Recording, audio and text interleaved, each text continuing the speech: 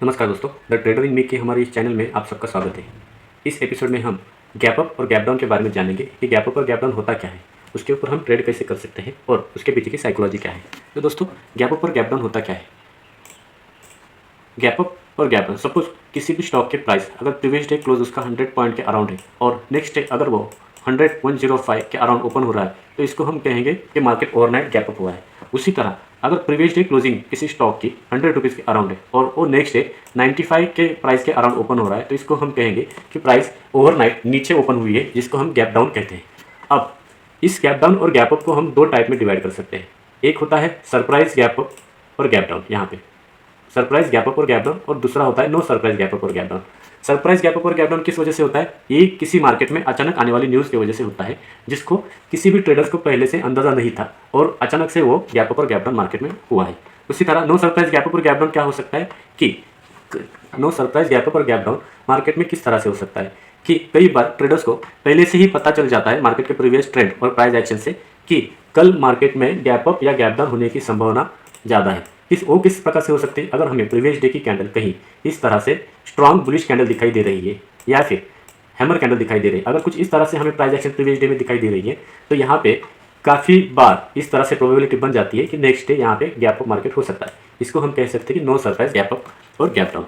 तो अब इसमें हम ट्रेड कैसे कर सकते हैं? दोस्तों, जब कभी भी मार्केट में नो सरप्राइज गैप अप और गैप डाउन होता है, जैसे कि प्रीवियसली ट्रेंड पॉजिटिव था और बायर्स वहाँ पे अप ट्रेंड में एक्यूमुलेशन कर चुके हैं और उसके बाद में फिर से मार्केट गैप अप ओपन हो रहा है, तो इसमें दो कंडीशन हो सकती है। फर्स्ट कंडीशन, जो भी बायर्स थे जिन्होंने भी यहाँ से प्राइस बॉटम से बाय किए, वहाँ पे उनको ओवरनाइट प्रॉफिट हो रहा है, तो वो यहाँ पे अपना प्रॉफिट बुक कर सकते हैं। या फिर प्राइस मार्केट की कंडीशन इतनी अच्छी है कि यहाँ पे और भी ज़्यादा बायर्स ऐड हो सकते हैं और एक गैप फिल होने के बजाय मार्केट फिर से अप ट्रेंड पकड़ सकता है। तो ये दो कंडीशन हो सकती है।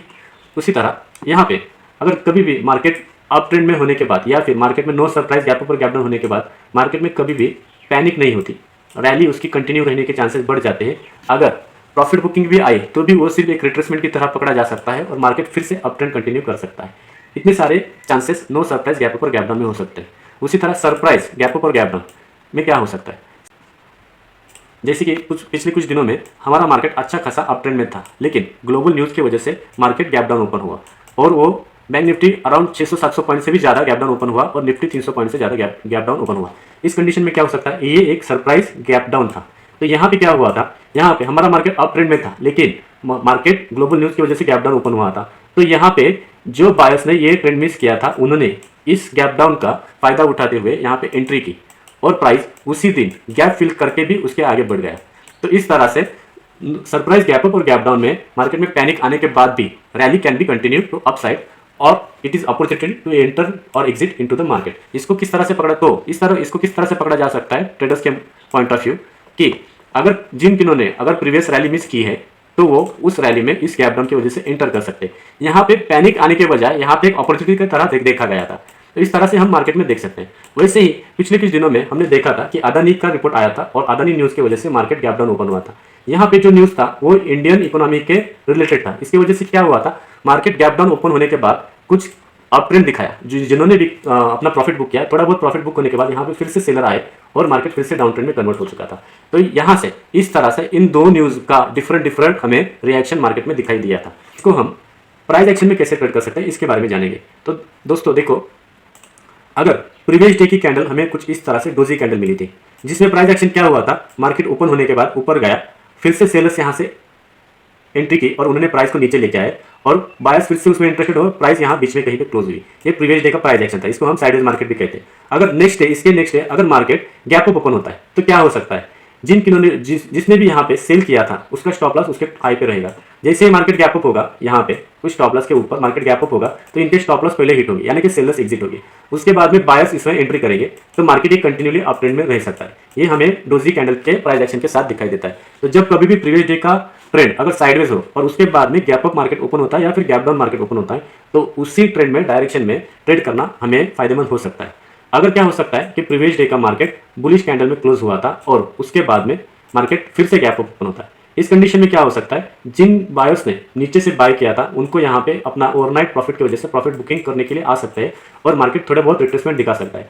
अगर मार्केट की कंडीशन अच्छी है, अगर मार्केट का ट्रेंड तो अगर मार्केट की कंडीशन अच्छी है और मार्केट हेल्दी साइन में है तो मार्केट यहाँ पे थोड़े बहुत रिट्रेसमेंट के साथ फिर से अप ट्रेंड में मूव कर सकता है। उसी तरह अगर मार्केट प्रीवियस डे अच्छी खासी क्लोजिंग के साथ बंद हुआ है लेकिन उसके 50% के भी नीचे अगर मार्केट गैप डाउन ओपन होता है तो यहाँ पे क्या हो सकता है, जिन भी बायर्स ने यहाँ पे एंट्री की थी उनके स्टॉप लॉस यहाँ पे नीचे रहेंगे, राइट।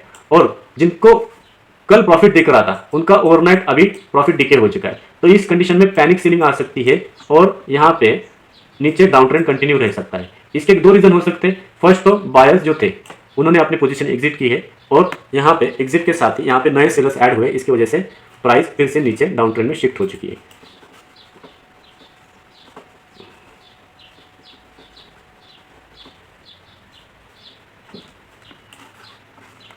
अब हम इसको तीसरी कंडीशन में देख सकते हैं कि थर्ड कंडीशन में क्या हो सकता है।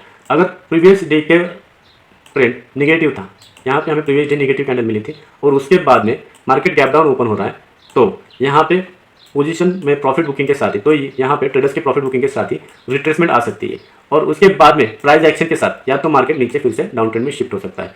उसी तरह अगर यहाँ पे मार्केट इस 50% के ऊपर गैप अप ओपन होता है तो यहाँ पे जो सेलर्स थे वो पैनिक में अपनी पोजीशन एग्जिट करेंगे और मार्केट फिर से अप ट्रेंड में मूव हो सकता है। हम लाइव मार्केट में भी देखेंगे और उसको रिटेस्ट करेंगे। वीडियो अच्छी लगे तो प्लीज़ लाइक एंड सब्सक्राइब। धन्यवाद।